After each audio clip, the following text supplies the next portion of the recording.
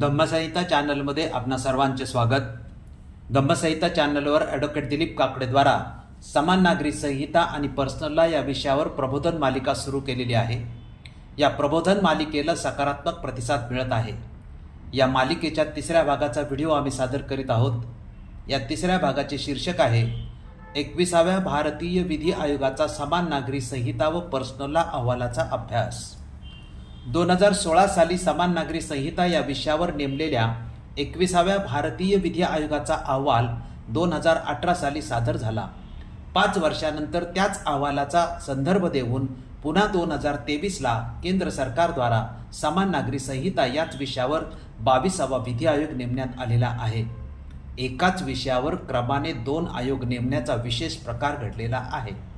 एकच विषय असल्यामुळे 22व्या विधी आयोगाचा अहवाल जाहीर होण्यापूर्वी अगोदरच्या म्हणजेच 21व्या विधी आयोगाने कोणत्या शिफारशी केलेल्या आहेत याची माहिती देशातील नागरिकांना देण्यासाठी हा व्हिडिओ सादर करीत आहे।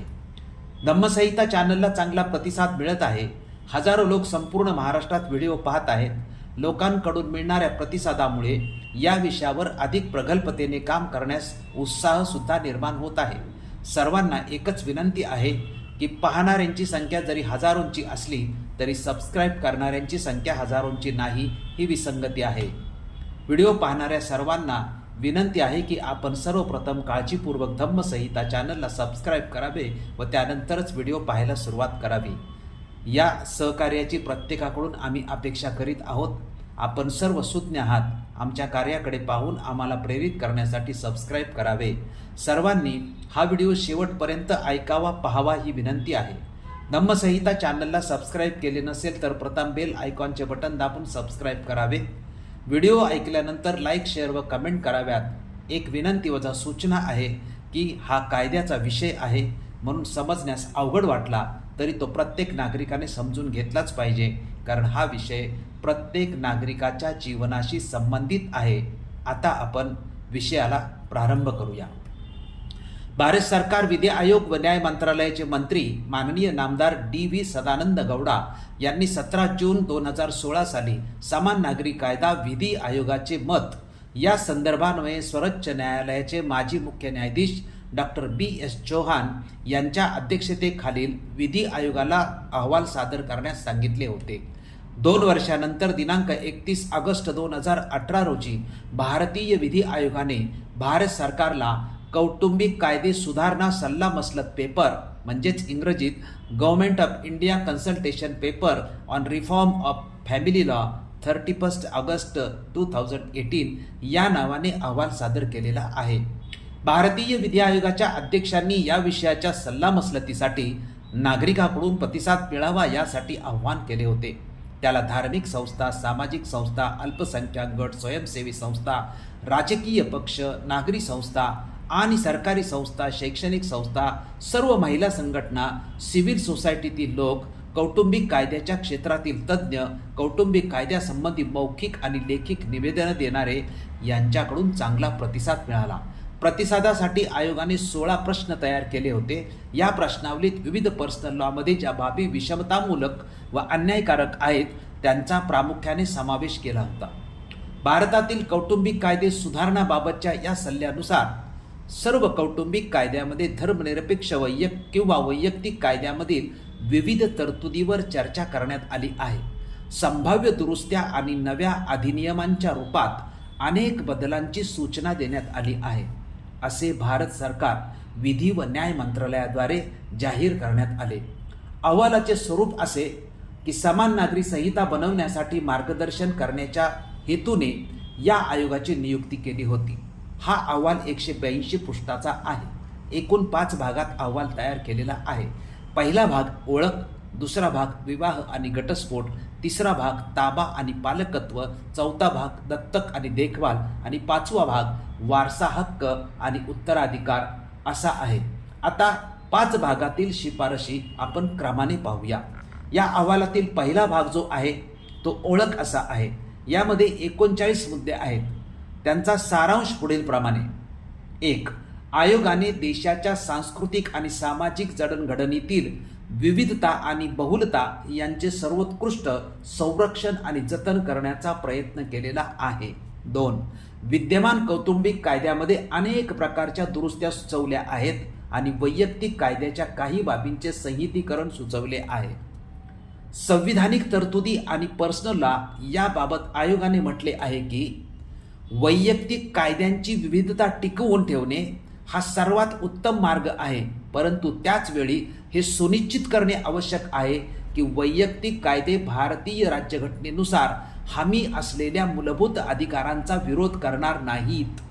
परंतु हे साध्य करण्यासाठी कौटुंबिक बाबींशी संबंधित सर्व वैयक्तिक कायदे प्रथम असणे आवश्यक आहे. घटनेच्या अनुच्छेद 14च्या विरुद्ध प्रयोग म्हणून स्वतंत्रपणे वैयक्तिक कायद्यांचे संहितीकरण करण्याच्या या कृतीलाच आव्हान दिले जाऊ शकते. म्हणून विधिमंडळाने सर्वप्रथम समुदायामधील समानतेऐवजी पुरुष आणि स्त्रियांमधील समानतेची हमी विचारात घ्यावी असे आव्हान केले जाते. वैयक्तिक कायद्यामधील काही मतभेद जे अर्थपूर्ण आहेत ते जपले जाऊ शकतात आणि असमानता असू शकते. पूर्णपणे एकसारखेपणाशिवाय शक्य तितक्या मोठ्या प्रमाणात तण काढून टाका. कायद्याची अंमलबजावणी करण्यासाठी धर्माचे स्वातंत्र्य आणि समानतेचा हक्क या दोहोंमध्ये समेट करणे आवश्यक आहे. हे दोन्ही अधिकार देशातील प्रत्येक नागरिकासाठी मौल्यवान आणि हमी देणारे आहेत. भेदभाव करणारी प्रथा धर्मासाठी अत्यावश्यक असली तरी ती चालू ठेवण्याचे कारण होऊ नये. आता ब्रिटिशकालीन आणि स्वातंत्र्योत्तर काळातील पर्सनल लॉ स्थितीबाबत विधी आयोगाने जे म्हटलेलं आहे त्याच्यामधला 7वा आकडा असा की कौटुंबिक कायद्यामध्ये वेगवेगळ्या समुदायांना हळूहळू घटनात्मक मूल्यांसह संरेखित करण्यासाठी वेगवेगळ्या कायद्यांचे संहितीकरण केलेले आहे. हे स्वातंत्र्यापासूनच सुरू झाले आहे. 8वा, वसाहतीच्या भारतात वैयक्तिक कायद्यांचा दर्जा चांगलाच विकसित झाला असला तरी स्वातंत्र्यानंतर हा दर्जा मजबूत केला गेला आहे. त्याची पुनर्रचना करून पुन्हा अंमलात आणलेला आहे. संविधान सभेच्या भूमिकेबाबत विधी आयोगाने या अहवालात असे म्हटले आहे की डॉक्टर आंबेडकरांची समान नागरी संहिता विषयाबाबत संविधान सभेतील चर्चेत अशी भूमिका होती की संहिता आवश्यक आहे, परंतु काही काळ ती ऐच्छिकच राहील. संविधान सभेतील चर्चेच्या पार्श्वभूमीवर असे स्पष्ट होते की संभाव्य समान नागरी संहिता कशी लागू करू शकेल याबद्दल संविधान सभेमध्ये एकमत झाले नाही.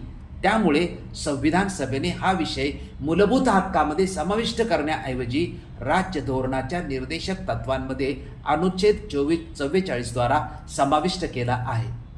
गेल्या 70 वर्षात समान नागरी संहितेसाठी झालेल्या प्रयत्नाबाबत भारतीय विधी आयोगाने असे म्हटले आहे की हिंदू कोड बिलाच्या मसुद्यांची वारंवार उजळणी करण्यात आली आणि प्रत्येक उजळणीच्या वेळी वाढत्या प्रमाणात मसुदा सौम्य होत गेला. विधिमंडळ, न्यायव्यवस्था व नागरी संस्था यांनी वैयक्तिक कायद्यांमध्ये सुधारणा करण्यासाठी किंवा समान नागरी संहिता स्थापित करण्यासाठी अनेक वेळा मध्यस्थी केली आहे. उदाहरणार्थ शहाबानो, सरला मुद्गल हे उल्लेखनीय निर्णय सुप्रीम कोर्टाचे आहेत. कौटुंबिक कायद्यामध्ये सुधारणा करण्याच्या प्रयत्नांच्या इतिहासाला या न्यायालयांच्या निर्णयाने मान्यता दिलेली नाही.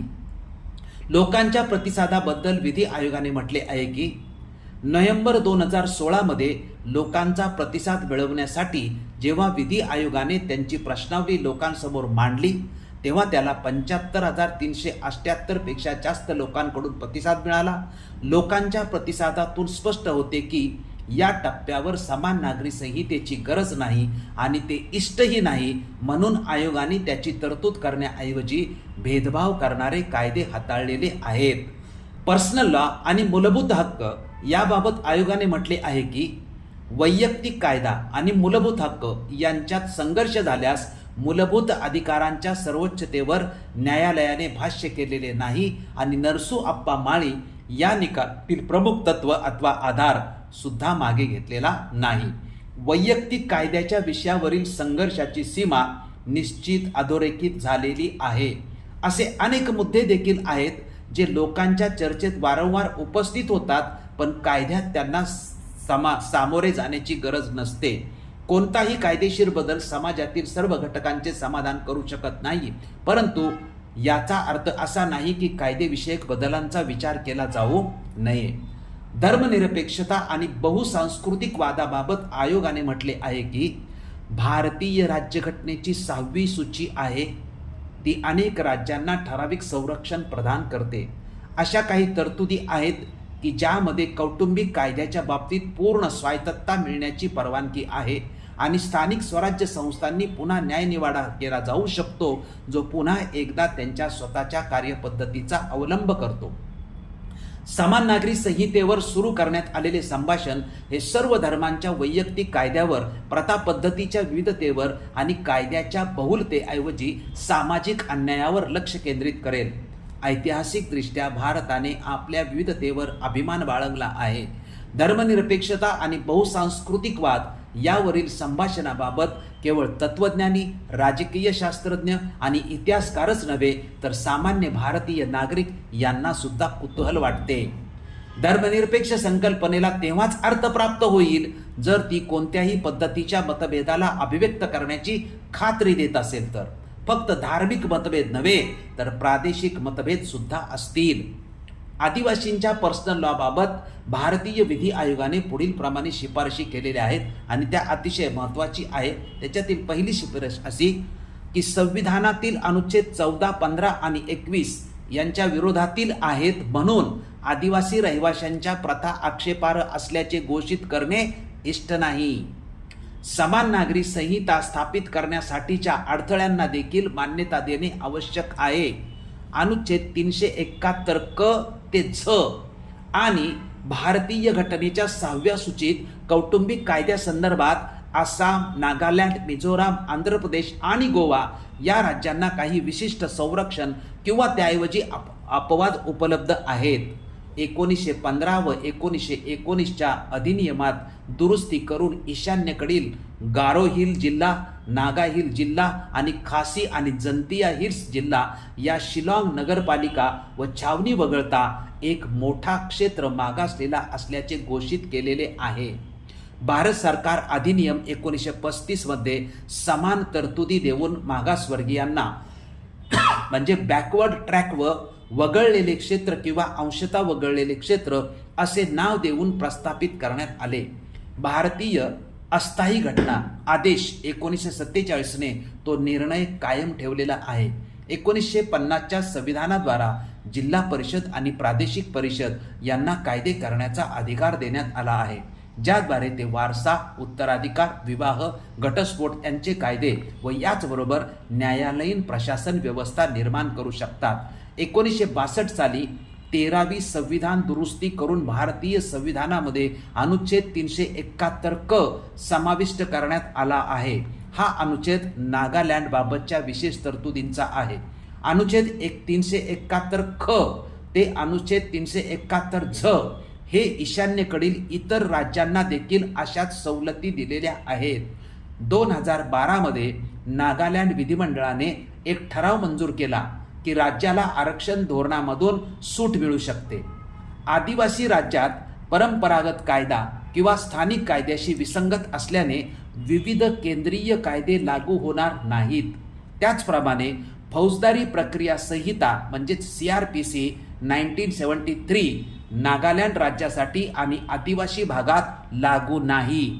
यापैकी बरेच अपवाद केवळ स्वतंत्र कौटुंबिक कायदा प्रणालीचेच नव्हे तर नागरी कायद्याच्या इतर बाबींशी संबंधित इतरही अपवादाचे संरक्षण करतात. उदाहरणार्थ मेघालयातील गारो आणि खासी जमाती मातृसत्ताक आहेत म्हणजेच ते वंशजाच्या मादी वंशानुसार आहेत आणि सर्वात धाकटी मुलगी मालमत्तेत आहे. गारोमध्ये जावई त्यांच्या पत्नीच्या आईवडिलांसोबत राहतात.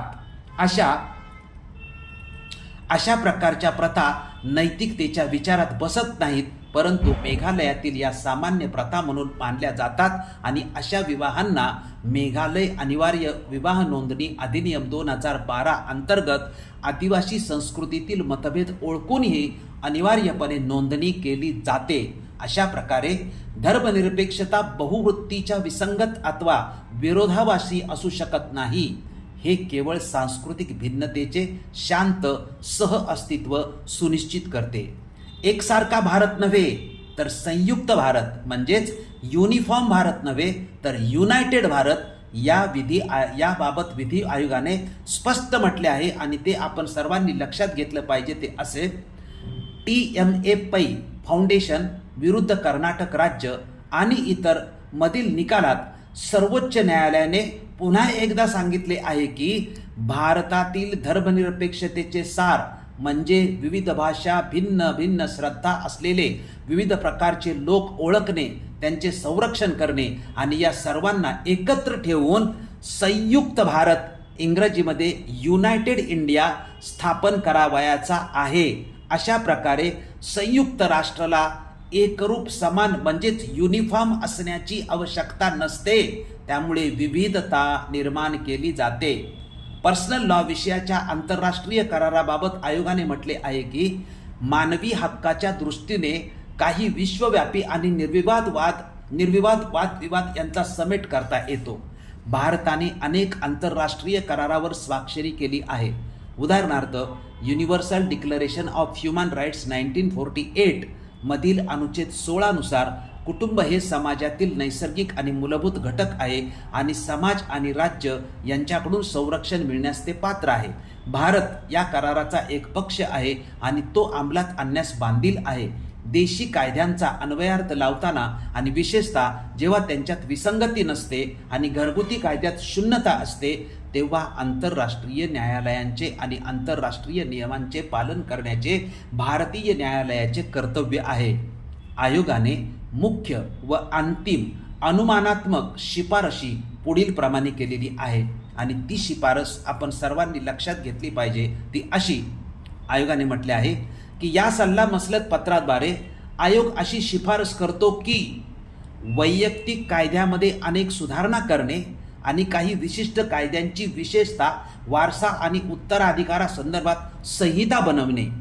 या शिफारशी केवळ धार्मिक वैयक्तिक कायद्यापुरत्या मर्यादित नाहीत तर विशेष विवाह कायदा 1954, पालक आणि वार्ड अधिनियम 1869 अशा सर्वसाधारण धर्मनिरपेक्ष कायद्यामधील सर्वसाधारण त्रुटीवर लक्ष केंद्रित करतात. अशा प्रकारे एकूण 39 मुद्द्यावर आयोगाने हा विषय अहवालातील ओळख या भागात स्पष्ट केलेला आहे. आता आपण अहवालातील विवाह आणि घटस्फोट भागातील शिफारशी पाहूया. विधी आयोगाने आपल्या अहवालात म्हटले आहे की विवाहामध्ये भिन्न अपंग व्यक्तींचे हक्क, नोंदणीसाठी 30 दिवसांचा कालावधी, विशेष विवाह कायद्याअंतर्गत विवाहासाठी संमती देण्याच्या वयातील अनिश्चितता आणि असमानता, विवाहाची अनिवार्य नोंदणी आणि धर्मांतरानंतर विवाह करणे इत्यादी हिंदू कायद्यानुसार कागदपत्रात इतर बाबींमध्ये वैवाहिक हक्कांच्या पुनर्वसन यासारख्या तरतुदीसह समाशांची चर्चा करण्यात आलेली आहे. व्यभिचाराची तरतूद दोन्ही जोडीदारासाठी उपलब्ध आहे हे सुनिश्चित करणं महत्त्वाचं आहे. कमीत कमी कार्यकारी हस्तक्षेप करून कायद्याच्या अनुषंगाने न्यायालय विवाह तपासणी यादी म्हणजे विशेष विवाहासाठी योग्यरित्या सुधारित व सुलभ करण्यासाठी सुचविले आहे. विशेष विवाह कायद्यात 30 दिवसांचा कालावधी हा जोडप्यांच्या नातेवाईकांना आंतरजातीय किंवा आंतरधर्मीय विवाहांना निरुत्साही करण्याची संधी देतो. सध्याच्या परिस्थितीत हे महत्त्वाचे आहे की आंतरजातीय व आंतरधर्मीय विवाहासाठी निवड करणाऱ्या जोडप्यांना पुरेसे सुरक्षित केले गेले आहे. अशा प्रकारे 30 दिवसांच्या नोटीस कालावधीची आवश्यकता एकतर हटवणे आवश्यक आहे किंवा जोडप्यांना पुरेसे संरक्षण देणे आवश्यक आहे असे या वृत्तात म्हटलेले आहे. घटस्फोटासाठी नवीन आधार लागू करण्यासंबंधी चर्चा करण्यात आली असून त्याबरोबरच पोटगी व देखभाल या संबंधातील तरतुदीशी संबंधित महत्त्वाची चर्चा केलेली आहे. भारतीय विधी आयोगाच्या अहवालातील दुसरा भाग ताबा आणि पालकत्वाचा आहे. पालकत्वासाठी मुस्लिम आईलाही अल्पवयीन मुलीचे नैसर्गिक पालक मानले पाहिजे. दोघेही पालक बरोबरीने असावेत. शिवाय कोठडीच्या बाबतीत वडिलांनाही संरक्षक म्हणून विचार करण्याची समान संधी मिळाली पाहिजे. मुलांच्या ताब्यात घेण्याविषयी स्पष्टपणे संहिताबद्ध कायदा नसतानाही मुलांच्या सर्वोत्तम हिताचे तत्व असणे आवश्यक आहे. लिव्ह इन रिलेशनशिपमध्ये जन्मलेल्या मुलांच्या कायदेशीरपणाच्या प्रश्नांकडे लक्ष देण्यासाठी संसदेने कायदा केला पाहिजे. अशा मुलांना त्यांच्या पालकांच्या स्वतःच्या ताब्यात घेतलेल्या मालमत्तेचा वारसा मिळाला पाहिजे. मुलांचे सर्वात चांगले हित देखरेखीखाली असले तरी कोणत्याही प्रचलित वैयक्तिक कायद्याची पर्वा न करता मुलांच्या देखरेखीतील बाबींचा निर्णय घेण्यावर सर्वोपरी विचार केला पाहिजे. अहवालातील तिसरा भाग दत्तक आणि देखभालीचा आहे. दत्तक मार्गदर्शक तत्वांमध्ये बदल करण्याच्या सूचना आहेत आणि त्यानुसार सर्व लैंगिक ओळख सामावून घेण्यासाठी कायद्याची भाषा बदलण्याची सूचना आहे. बाल न्याय म्हणजेच केअर अँड प्रोटेक्शन अधिनियम 2015च्या विस्ताराची सूत्रे देखील या पेपरमध्ये सुचविण्यात आली आहेत, ज्यायोगे सर्व समाजातील व्यक्तीकडून दत्तक घेता येऊ शकेल असा मजबूत निधर्मी कायदा बनविला पाहिजे. अहवालातील चौथा भाग वारसा हक्क आणि उत्तराधिकाराचा आहे. विधी आयोगाने असे सुचवले आहे की मध्यवर्ती स्तरावरती कोपर्सनरी संपुष्टात आणली जावी. हिंदू अविभाजित कुटुंबाच्या उच्चाटनाच्या मुद्द्यावर विचार करता देशाच्या महसुलाच्या किमतीवर खोलवर रुजलेल्या भावनांच्या आधारे या संस्थेचे औचित्य सिद्ध करणे न्याय्य ठरेल असे आत्तापर्यंत समजले आहे. हिंदू विधवा मूलबाळ न होताच मरण पावली असल्यास तिच्या मालमत्तेचा विपर्यास करण्यासाठी तिची स्वतःची मालमत्ता या वर्गातील मृत सासू आणि सासरे असेपर्यंत मर्यादित नसावी. त्याचवेळी सी प्रवर्गातील वारसासह असावी. मुस्लिम कायद्यानुसार उत्तराधिकारात पुरुष वृद्ध वारसांना प्राधान्य देण्याऐवजी मृतांच्या निकटतेवर आधारित असले पाहिजे.